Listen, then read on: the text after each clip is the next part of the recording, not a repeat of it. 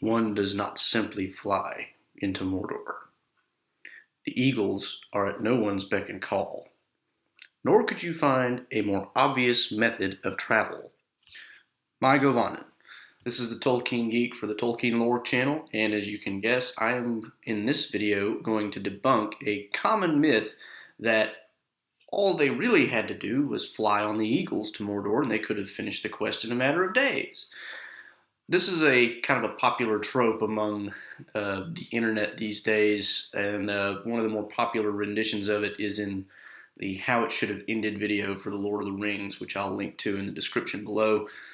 The basic premise is, there's all these eagles out there that are capable of carrying man-sized people, and so why not just have the eagles fly Frodo to Mount Doom and have him drop the ring in, save all the trouble, make the entire thing easy, and the whole thing's over in a matter of, days, if that. Well, there are several reasons why that doesn't actually make any sense, two of which I've mentioned in the humorous intro bit. Of course, one of them being, it is an obvious method of travel. It's, the idea that Sauron is going to miss a flock of eagles traveling directly toward his country is absurd. I mean, he's got his palantir that he can use to survey pretty much all of Middle Earth, and he's not going to miss that. The other point that I mentioned is, of course, that eagles don't just answer to anybody. They don't show up because somebody calls them. They really only show up on their own initiative. They don't answer to anybody other than the Valar, which, if you don't know about the Valar, you need to read the Silmarillion, but I'll kind of explain that a little bit. But there's also a third reason that I will get to a little bit later. I don't want to really spoil it just yet. But anyway, that's kind of where this video is going. So, first reason, the eagles don't really answer to anybody. They answer to a Vala named Manwe Sulimo, who in Tolkien's mythology is kind of, the Valar are basically equivalent to what you might think of as Greek gods, except they're not gods. They're high-level angels, more like some kind of a high-level angel in more of a Catholic or Jewish understanding of the hierarchy of angels. But they have traits that are similar to Greek gods. So Manwe Sulimo is associated with wind, the weather, eagles, that sort of thing. So the eagles are essentially his servants in Middle Earth. They do his bidding to the extent that they do anybody's bidding at all. And thus, they show up when they're needed, not really when anybody calls for them, because nobody even really can call for them. There's no real way to do that, because they live at the tops of mountains that nobody can reach. They're inaccessible. So right off the bat, you've got that problem. Of course, some people have gone so far as to say that, why didn't Gandalf just tell Gwaihir when he picked him up off the tower of Orthanc and rescued him from Saruman? Why didn't he tell him, hey, by the way, we've got this need to go to Mordor to dump this ring into Mount Doom. Can you help us out? Well, again, that kind of gets into the idea that they don't really answer to anybody.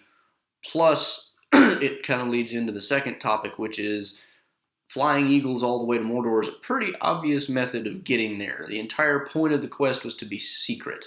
It doesn't really pay to be, extremely obvious. And you could argue both ways, I suppose, on whether it would be effective despite its obviousness. The thing is, we know the Nazgul have flying steeds.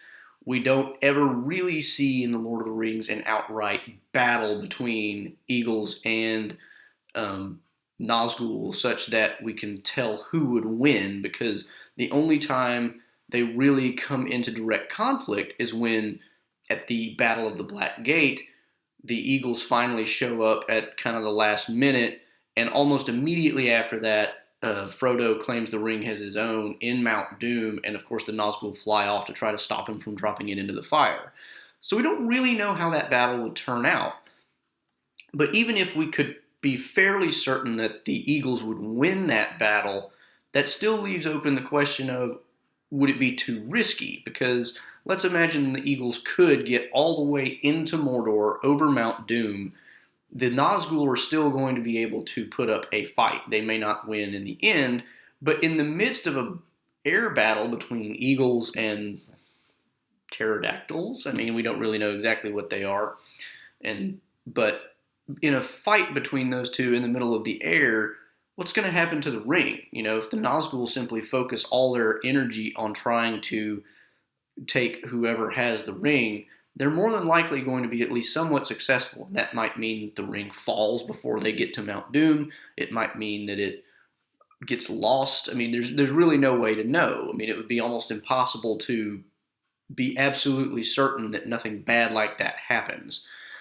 So the minute you even try to do something that obvious, you're risking the defeat of the entire quest. Now, of course, you're always risking the defeat of the quest, but at least with the, marching on foot idea, you're keeping the level of secrecy as much as you can, and the secrecy is really, as explained more fully in the books, the real key to the quest. It's so long as the mission is secret, it has a real shot, and that's kind of one thing that's emphasized in the books more so than in the movies, but it's still true in the movies because you can tell that they're always trying to find ways that aren't watched. They're trying to find a way to get to Mordor where they're not going to be noticed. That's why they hide from the Crabine or the crows that are scouring the area for Saruman. So that I think is reason enough why you couldn't just fly the eagles into Mordor. But the third reason that I wanted to get to is what I think is really the more important. So the third reason why you couldn't just fly Frodo into Mordor has to do with whether he would succeed regardless of all the other things that I've already mentioned. Even if you could assure that Frodo would have a clean shot at dropping the ring into Mount Doom, he would probably fail the quest regardless. And the reason I say that is for the same reason that Gollum is the one that had to finish the quest in the first place. In the movie, of course, what happens is Gollum takes the ring and then Frodo tries to fight him to get it back. That's a messy redo of the more proper ending, which in the book is that Gollum takes the ring and then he's just so exuberant over the fact that he's recovered it that he dances around and falls off himself. But the key thing here is Frodo was unable to complete the quest at the time that he reached Mount Doom. Why? Well, of course, the lure of the ring. The whole point of the ring is that it tends to make you want it, right? Everybody who possesses the ring wants to keep possessing the ring. Nobody really wants to throw it away. And it took Bilbo almost all of his effort to leave the ring to somebody that he really cared about, Frodo. Gandalf refused the ring because he knew that if he had it, he would want to use it for good purposes, but ultimately be corrupted. And the real key point here is if you pay attention to the story where, and again, this is something that the movies kind of skip over. So if you haven't read the book, you won't really get this point. In the book, when Gandalf comes back to talk about the ring with Frodo, he tells him, of course, that the ring needs to be destroyed. And then Frodo says, well, why don't we just do it? And it's kind of like the scene in the movie at the Council of Elrond where, Gimli says, well, what are we waiting for? But, of course, without an axe, the only thing you really had available was a fire. And Gandalf basically tells Frodo, well, try now. Throw it in the fire. And so Frodo takes the ring out of his pocket. He looks at it, and after a minute or two of thinking about it, he finds that he has actually put it back into his pocket without even really trying to. And then the story notes that Gandalf laughs rather grimly and basically says, see, even now, you can't bring yourself to do it, even though you know all the stuff that I've just told you. And even though there's no way your fire would even really melt the thing. Which he even points out, his little fire in his hearth wouldn't even melt real gold. So Frodo, with no risk of actually damaging the ring, in the safety of his own home where he could recover it easily, can't bring himself to put the ring into a small fire which couldn't possibly do it any damage. The quest has already failed. That's really the key point I'm getting at here. There was no possible way the quest was going to succeed on those grounds. The premise behind the way the quest is set up is you have a bunch of people going to Mount Doom together, and in the hopes basically that when you finally do get there, you can throw it in. There's no guarantee that you will be able to, but much like many things in life where we kind of have to build up our resistance or build up our willpower to do something, if you go on a long quest toward an end like that, and then you finally reach the end, one hopes that your willpower will have developed over time and that at the end you'll end up with the ability to put the ring in the fire. Now, no guarantees, of course, and nobody really talks about the possibility of, well, what if we get there and Frodo can't throw in the ring? Nobody talks about that. But it's a good enough reason to think that if the Eagles had just flown Frodo to Mordor, he wouldn't have been able to throw the ring into the fire for the same reason he couldn't throw it into his own hearth. And another key point on this topic is in the letters of J.R.R. Tolkien, edited by Humphrey Carpenter, which I will link to in the description.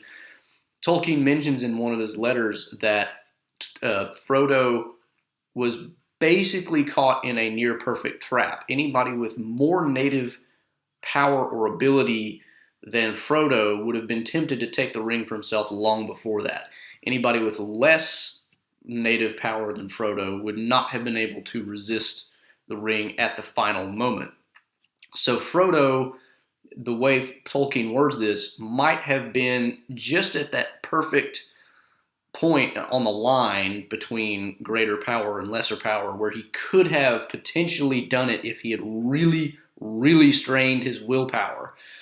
Whether it was because he had been through so much suffering that was not really expected as part of the journey, or whether it was because there really is no fine line where you can be at a perfect point in between, Tolkien doesn't really explain.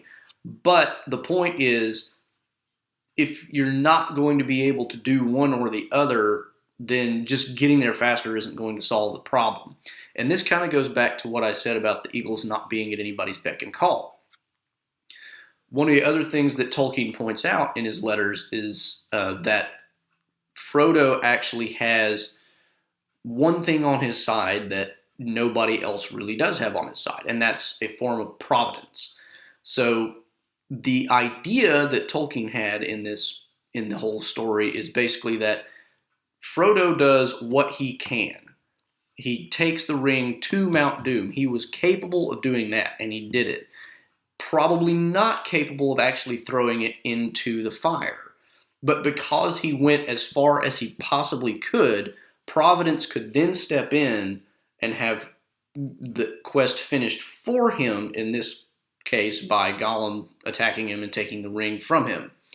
So the idea is, if Frodo hadn't gone through with all the things that he was capable of doing and knew what was his duty to do, Providence wouldn't have stepped in. Because, and of course this kind of goes back to Tolkien's Catholic worldview, there's such a thing as Providence in his mythological world, because there is a God and there are angels that play into how the events in the world play out. And they don't simply make all the good things happen for the good people. The good people have to actually work toward those goals themselves. They can't just rely on Manwë or the other Valar, or even Eru Ilúvatar, who is the god who creates the angels, or the Valar.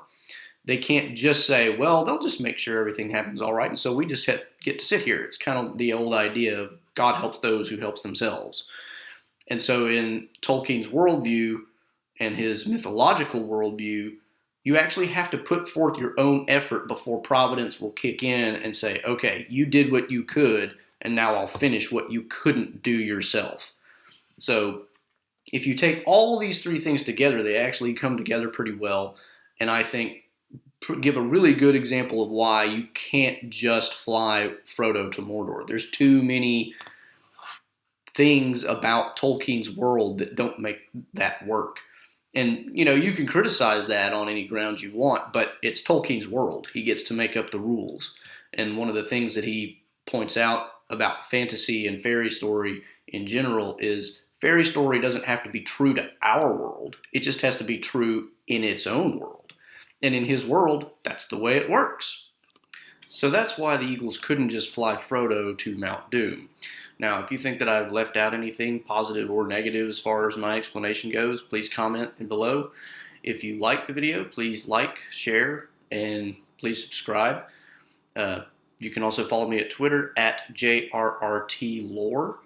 And until next time, this is the Tolkien Geek signing out for the Tolkien Lore channel.